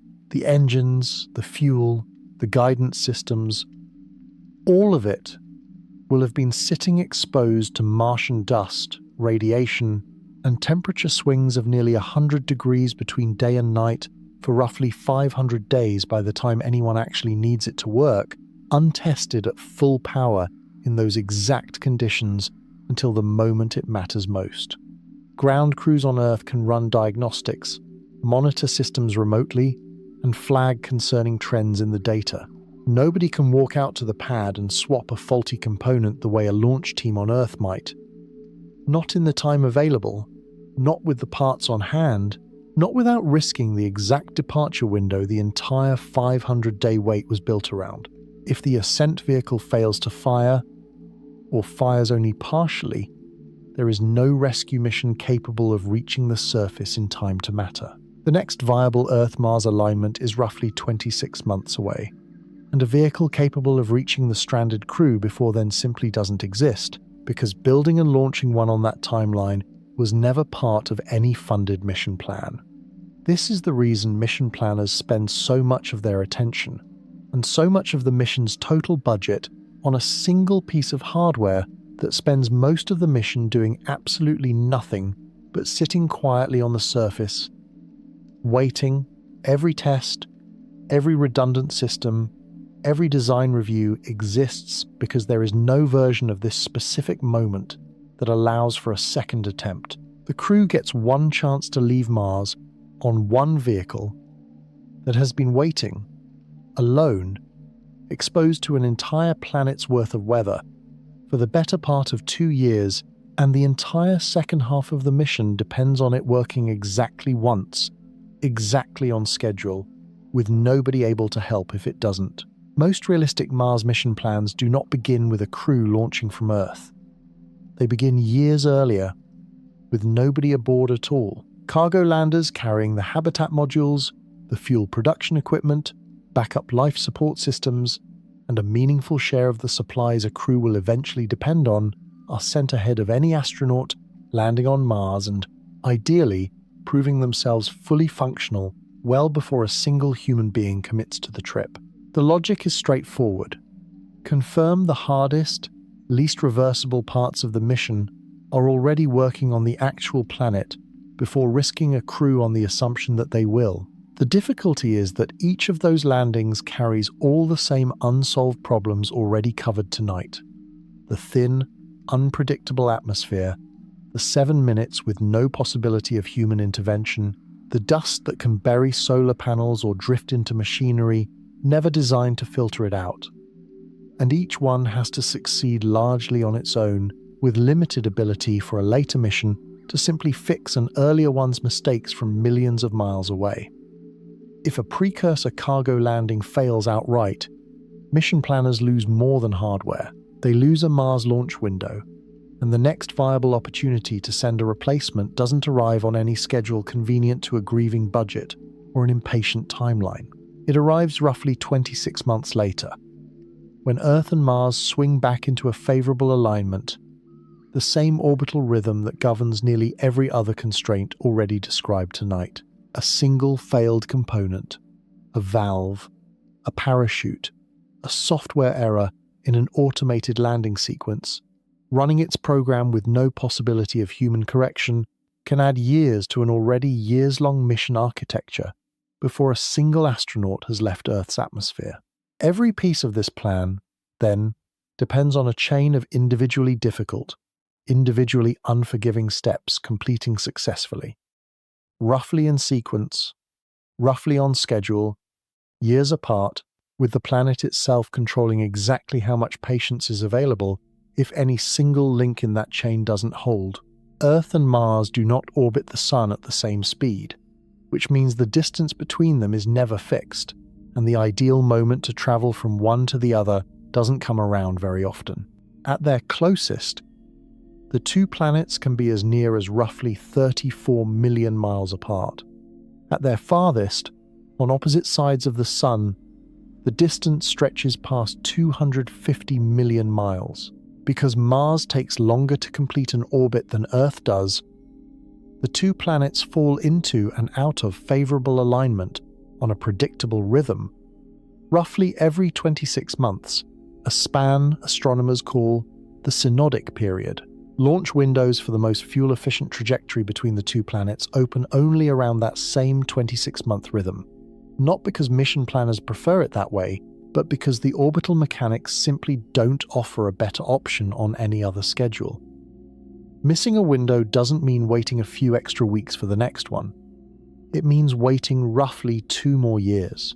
This single astronomical fact quietly dictates one of the strangest sounding numbers in the entire mission plan.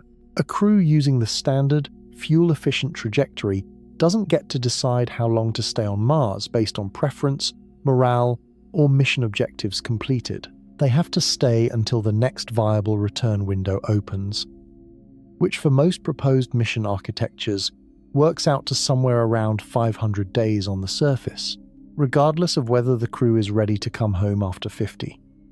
Mars, in other words, is not simply a distant destination. It is a moving target on a schedule nobody negotiates with.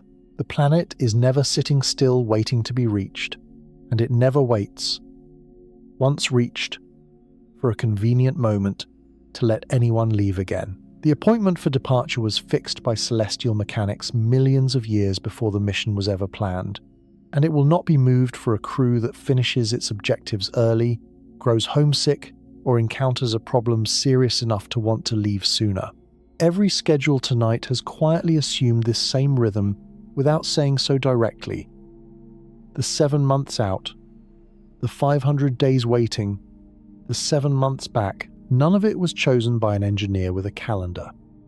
All of it was set by two planets that have been circling the same star at their own respective speeds for 4.5 billion years, entirely indifferent to whether anyone happens to be standing on one of them, waiting for the timing to align. In March of 2015, astronaut Scott Kelly began a 340-day mission aboard the International Space Station, nearly a full year in orbit.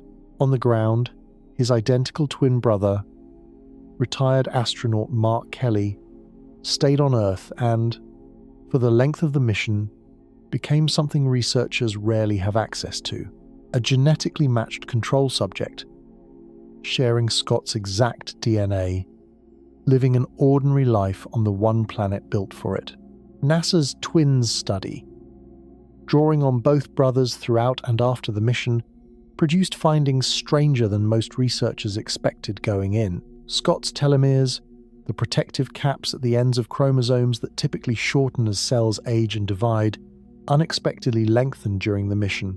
A result that initially looked almost like a benefit, a strange reversal of ordinary aging. The reversal didn't last. Within days of returning to Earth, Scott's telomeres rapidly shortened back toward his pre-flight baseline, and briefly dipped even below it before eventually settling closer to normal in the following months. Beyond telomeres, researchers found measurable changes in the activity of thousands of Scott's genes during the mission. Shifts in expression related to immune function, DNA repair processes, bone formation, and the body's response to oxygen deprivation, among others. The vast majority of these changes reverted to normal within 6 months of landing. A smaller portion, researchers estimated somewhere around 7% of the genes studied, remained altered even after that 6-month window. Changes concentrated particularly in genes tied to immune response and DNA repair. This entire episode has already described struggling under the combined weight of radiation, isolation, and disrupted sleep. None of this means Scott Kelly's fundamental genetic code changed. The actual sequence of his DNA remained his own throughout. What changed was gene expression, which genes were being turned up or down, a layer of biology responsive to environment in ways researchers are still working to fully map, on Earth as much as in orbit. The study covered 11 months. A full Mars mission runs 2.5 to 3 times longer, in an environment considerably harsher than low Earth orbit, carrying radiation levels the space station's partial protection from Earth's magnetic field doesn't have to contend with at all. Scott Kelly is, as of this study, the only person who has ever had his exact genetic response to spaceflight measured against a perfectly matched Earth-bound twin. Nobody has run the same comparison across a mission twice as long.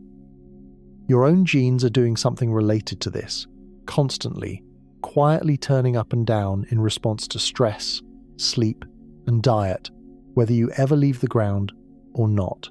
On January 8th, 1995, cosmonaut Valery Polyakov returned to Earth after 437 consecutive days aboard the Russian space station.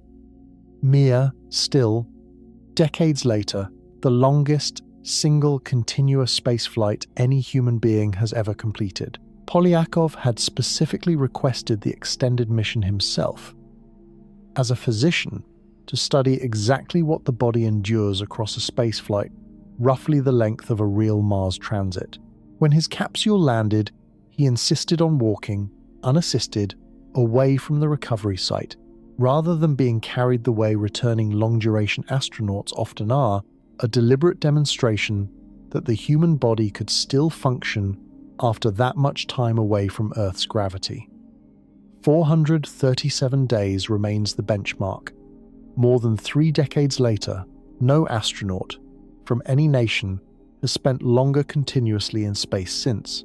A full Mars mission, transit out, surface stay, transit back, with genuinely no possibility of an early return at any point, runs somewhere around 800 to 900 days total away from Earth, roughly double Polyakov's record, in an environment his mission never had to contend with.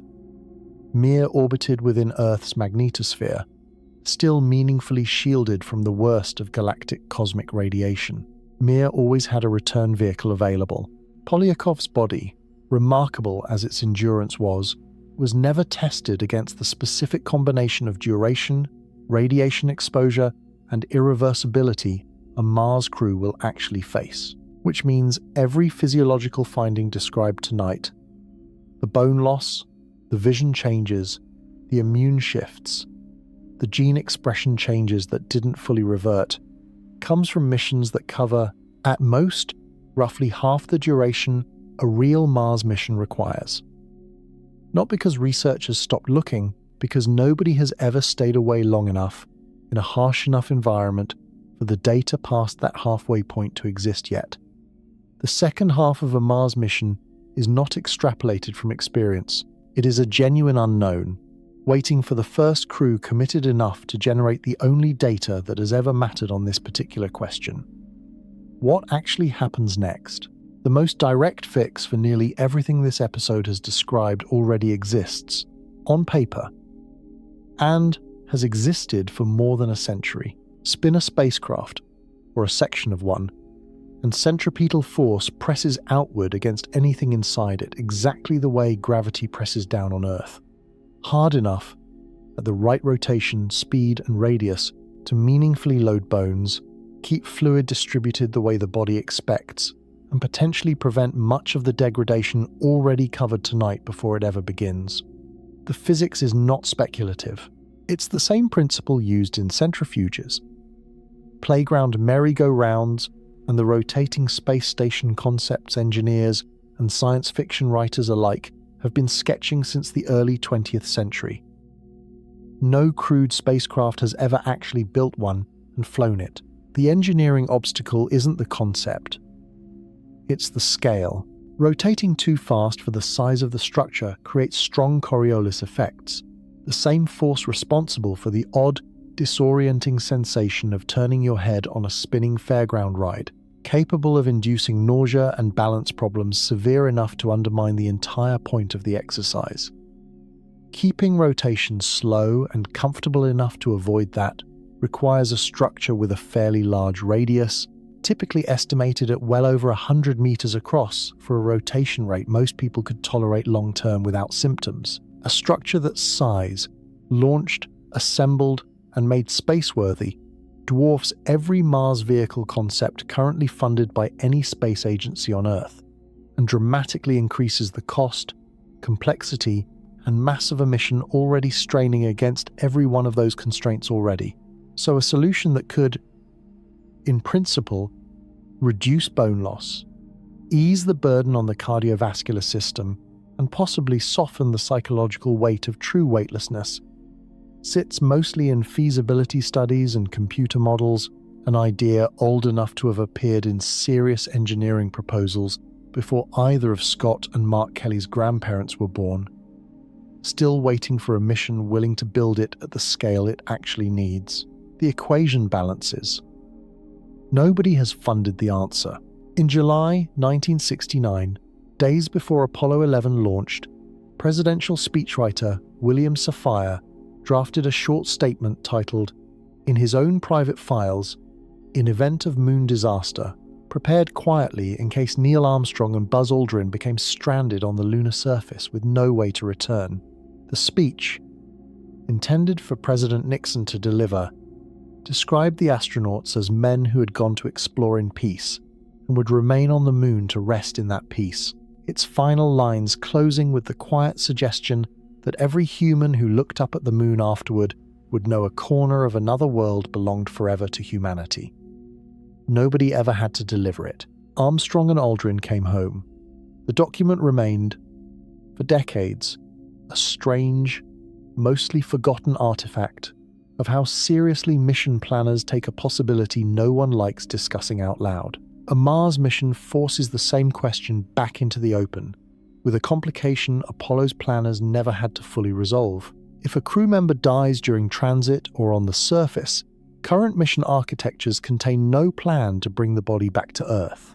The mass, fuel, and logistics required to preserve and transport human remains across the return trip compete directly against every other resource, already stretched thin across the mission, and no proposed design currently allocates for it.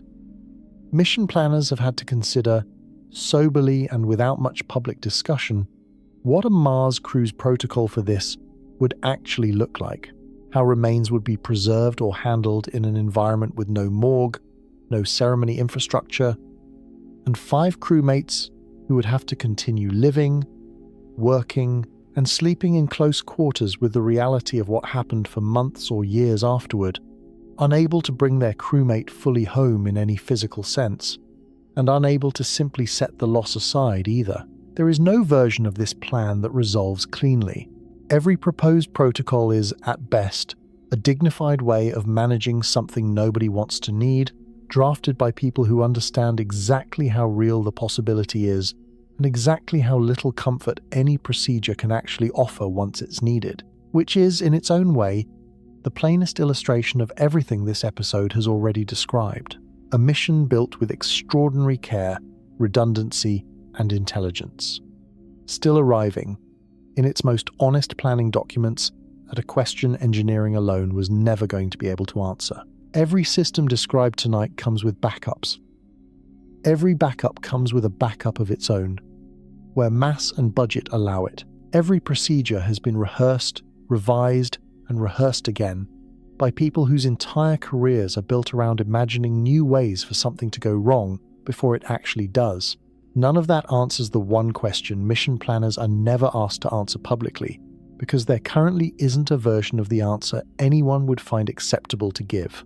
What happens if, past the point where a return to Earth becomes impossible, something breaks that no procedure anticipated? Not a scenario NASA hasn't considered, but the possibility that lives outside any scenario anyone can fully consider in advance, precisely because a mission this unprecedented cannot be modelled against a mission that came before it. There is no historical dataset for a failure this specific, this far from help, this many months into a trip nobody has ever survived to complete before.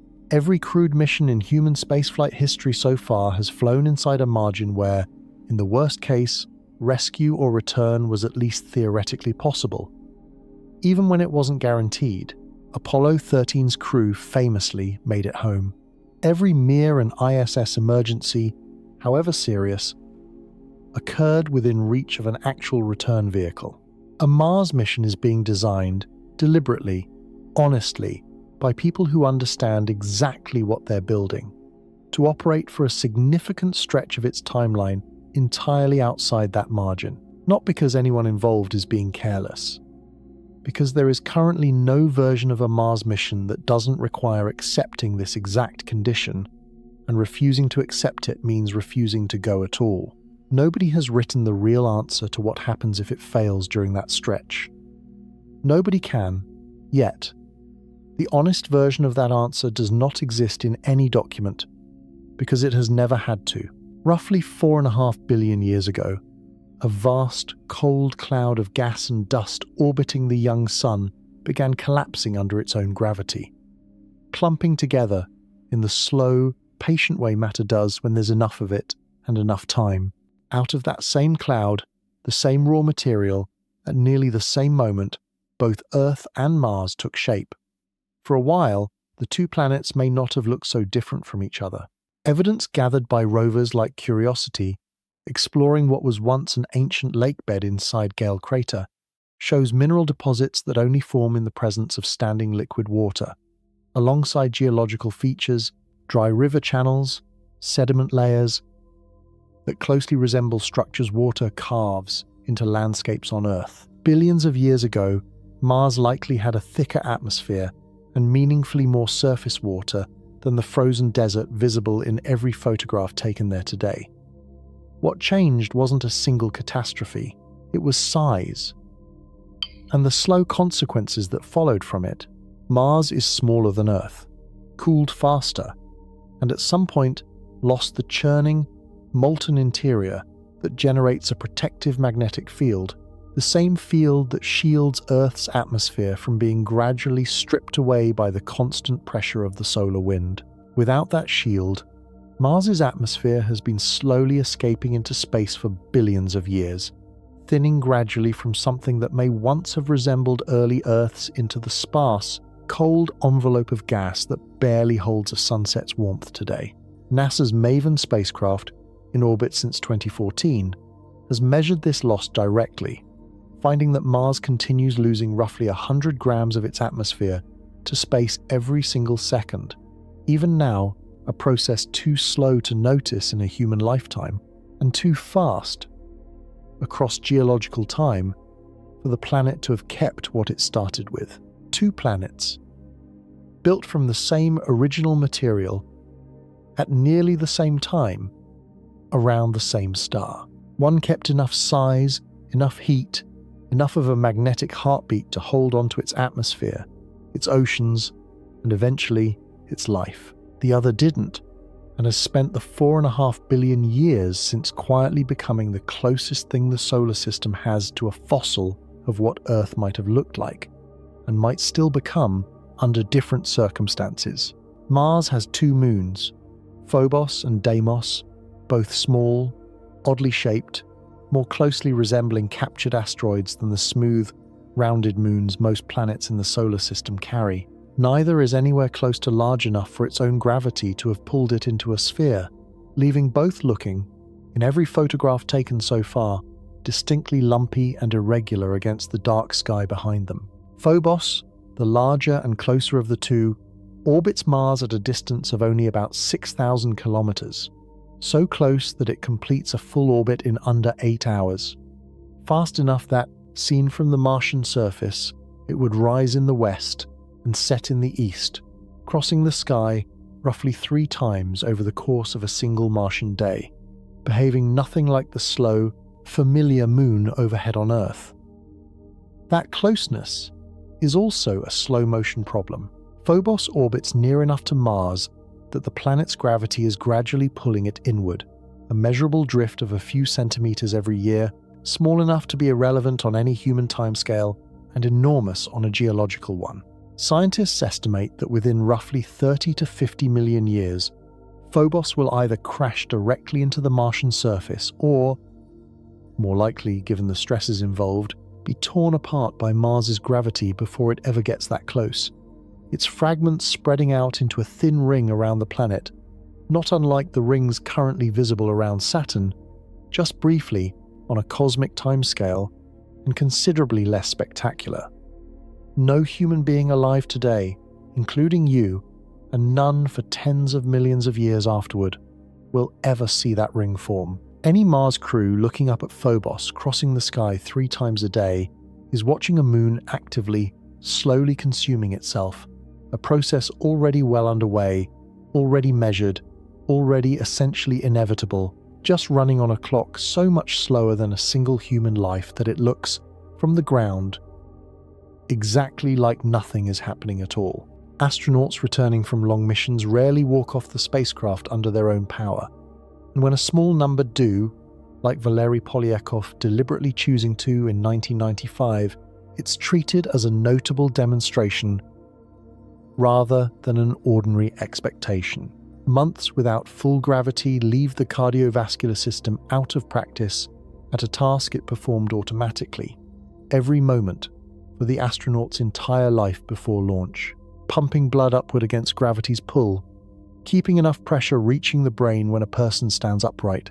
Returning astronauts often experience orthostatic intolerance, a sharp drop in blood pressure on standing that can cause dizziness or fainting, serious enough that flight surgeons typically have returning crew members carried from the capsule rather than risk them collapsing on their first attempt to stand. Balance systems in the inner ear, recalibrated over months to a body that no longer needed to track which way was down, take days or weeks to fully readjust. Muscles that maintain strength only through rigorous scheduled exercise still need real rehabilitation once gravity's ordinary, constant demand returns in full. A Mars mission asks the body to survive a version of this readjustment nobody has designed for, because nobody has had to yet. The crew spends 7 months adapting to zero gravity on the way out. Roughly 500 days partially adapting to Mars's gravity at just over a third of Earth's, an adjustment already covered tonight as genuinely unknown territory. And then 7 more months back in zero gravity on the return trip, before finally facing Earth's full gravity again after nearly 3 years spent almost entirely without it in its complete form. Nobody knows, because nobody has been through it, whether a body handles that specific sequence, full gravity, then none, then partial, then none again, then full, differently than the simpler up and down every previous long-duration astronaut has experienced. The reaptation research that exists covers astronauts returning directly from zero gravity to Earth's gravity in one step. A Mars crew would be asking a body already worn down by years of cumulative strain to relearn Earth for a second. More complicated time. Arriving home not to a hero's easy first steps, but to a body that has to be taught, one more time, how to simply stand up. Vacuum has no smell. There's no air to carry an odor. Nothing for a human nose to detect. No physical mechanism by which the empty space between a spacecraft and the stars could smell like anything at all. And yet, for as long as astronauts have been performing spacewalks, they've been returning to the airlock, removing their helmets, and describing a distinct, unmistakable smell clinging to their gloves and suits, something most compare to seared steak, hot metal, or the sharp, acrid smell of welding a smell strong enough that multiple astronauts across multiple decades and multiple space programs have independently described it in almost identical terms without comparing notes beforehand. Nobody has fully settled on why. Leading explanations point to something happening at the molecular level on the suit's exterior, possibly high-energy particles interacting with materials exposed directly to the vacuum and radiation environment, possibly an oxidation process unique to those conditions, releasing compounds that, once the airlock repressurizes and oxygen returns, finally have air to travel through and a human nose available to register them. The vacuum itself never had a smell. What astronauts are describing may be the smell of their own equipment reacting to having briefly touched it. NASA has taken the details seriously enough to try recreating it artificially, working with fragrance chemists to develop a synthetic approximation for astronaut training so that new astronauts encountering it for the first time recognize it as expected and harmless rather than alarming. It remains one of the smaller, stranger footnotes of human spaceflight. An environment with no air, no smell, and no possible mechanism for one that somehow still manages to send astronauts back through the airlock convinced, every single time, that something has just been burned. Look up from the surface of Mars in the hours around sunset, and one point of light stands out among all the others, not because it burns brighter than every star in the Martian sky, but because of what it actually is. It's a pale blue-white dot, indistinguishable to the naked eye from an ordinary star, except for its faint color and its position, always near the horizon, never wandering far from where the sun has just set or is about to rise. NASA's Spirit rover photographed it in 2004. Curiosity photographed it again in 2014, a small, steady point of light captured from the surface of another planet, entirely unremarkable to look at, and entirely remarkable in what it represents. That point of light is Earth. Every person who has ever lived, every ocean, every mountain range, every war and wedding and quiet Tuesday afternoon in human history happened on that single, faint dot currently hanging in the Martian evening sky the same way any other star does, offering no particular hint that anything at all is happening on it, has ever happened on it, or is happening on it right now while you listen to this sentence from somewhere on its surface. A Mars crew looking up at that light isn't just looking at home, they're looking at the only place in the entire visible universe confirmed, so far, to have ever produced a single living thing capable of looking back. From that distance, all of it, every distinction that feels enormous from where you're currently lying, disappears into a single, unremarkable point of light. Exactly the way Mars itself, right now, is nothing more than a faint reddish point somewhere in your own night sky, waiting for you to notice it. Or not, entirely indifferent either way.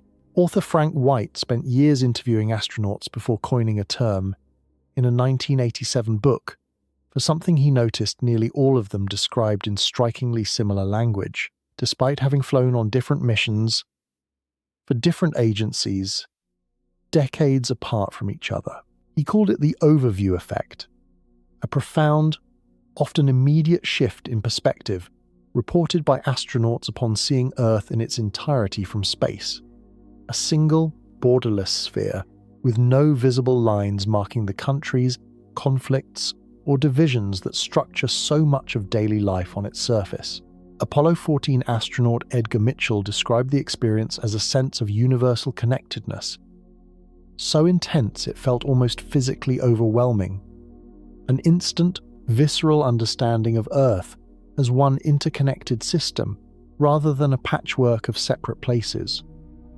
The effect isn't simply aesthetic appreciation. Astronauts consistently report it as cognitively and emotionally reorganizing, changing how they think about environmental fragility, about human conflict, about their own sense of individual importance relative to the scale of what they're looking at, sometimes lastingly, well after returning to Earth and resuming ordinary life. Researchers studying the phenomenon since White's original interviews have found the pattern consistent enough across independent astronaut accounts to treat it as a genuine, measurable psychological response to a specific visual and spatial experience, not simply a poetic flourish added afterward in retrospective interviews.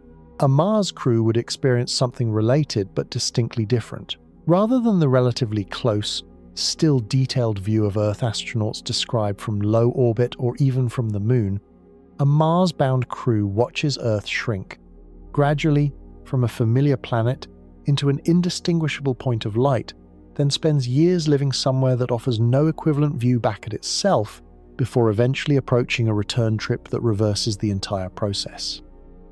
Earth growing from a point of light back into a planet, then into a horizon, then into home. Nobody yet knows exactly how the emotional and cognitive effect White documented changes when it isn't a single overwhelming view from orbit, but a slow, years-long shrinking and then regrowing of the only planet a person has ever called home, watched the entire time from somewhere far enough away that Earth stops looking like anywhere at all. None of tonight's list is exaggerated for effect. The communication delay is real, the radiation is real, the bone loss, the vision changes, the immune shifts, the unanswered questions about gravity and duration, and what happens if something fails past the point of return. All of it is drawn from measurements, missions, and instruments that already exist. And people are still choosing to go. This isn't new behavior, dressed up in a new destination. Long before anyone measured cosmic radiation or mapped a synodic period, humans were already making journeys that offered no better odds and no clearer answers. Polynesian navigators crossed thousands of miles of open Pacific Ocean in wood and rope vessels, guided by stars, currents, and the flight patterns of birds toward islands they couldn't see and weren't certain existed. With no ability to call for help and no realistic way back if the crossing went wrong, polar expeditions walked toward regions of Earth actively hostile to human survival, fully aware that a broken leg or a supply miscalculation could be the end of the story, and went anyway. The specific dangers change. The underlying shape of the decision doesn't. Something in human behavior has never fully accepted the argument that a risk being severe or a return being uncertain is sufficient reason on its own to stay home. It isn't recklessness, exactly. And it isn't obliviousness to the danger, since the people who take these journeys are often the ones who understand the danger most precisely, having studied it longer and more carefully than anyone telling them not to go. It looks, instead, like a decision that the destination, or the act of reaching for it, is worth more than the certainty of staying safe. That calculation has produced most of what makes up human history worth telling. The crossings, the landings, the first footprints, in places nothing prepared any of us to survive in. Mars simply happens to be where that same old calculation is being run next. A journey to Mars was never going to go the way it's pictured. Not the launch, with its noise and fire and countdown clocks, the part every documentary lingers on because it's the easiest part to film. Not the landing. 7 minutes decided entirely without anyone watching, over before Earth even knows it began. The part that actually determines whether a crew comes home was always the part in between. The 7 months of silence and drifting radiation, the 500 days waiting for 2 planets to realign, the quiet, cumulative arithmetic of bone and blood and gene expression running in the background the entire time. Mostly invisible, mostly unannounced. It has almost nothing to do with the planet at all, and it never did. Mars, for all its cold, its toxic soil, its wildly swinging temperatures, is simply where the trip happens to end. The actual danger, the actual unknown, lives in the distance itself, in the sheer, patient scale of getting from one planet built for you to another one that was never going to be, and in whatever the human body and mind quietly becomes somewhere in the empty space between them. 2 planets, built from the same original dust, 4.5 billion years ago, circling the same star, one of them still lit up with every life that has ever existed, the other one waiting, mostly unchanged, for the first of those lives to finally arrive and stand on it. That's the part worth carrying into sleep tonight. Not the fire of the launch, not the 7 terrifying minutes of the landing, but the quieter, longer truth underneath the whole endeavor, that the hardest part of reaching another world was never the world itself. It was always the distance, and everything a body and a mind have to survive to close it. We've drifted tonight across 7 months of silence, through radiation that writes itself into skin and bone without ever announcing itself, through 500 days spent waiting on an appointment set by 2 planets long before either of us existed. We've traced a body slowly renegotiating its own skeleton, its own eyesight, its own private truce with viruses it defeated years ago, and a mind learning to govern itself with no one left to ask for permission. None of that distance is really about Mars. It never was. It's about what a body carries, what a mind holds on to, and how much of both can stretch across genuine emptiness before something has to give or bend or simply keep going anyway. You are, right now, sitting on the side of that same old equation that already worked out. Gravity holding steady beneath you, a magnetic field overhead, doing its quiet, thankless job of keeping the worst of the galaxy's radiation from ever reaching the pillow under your head.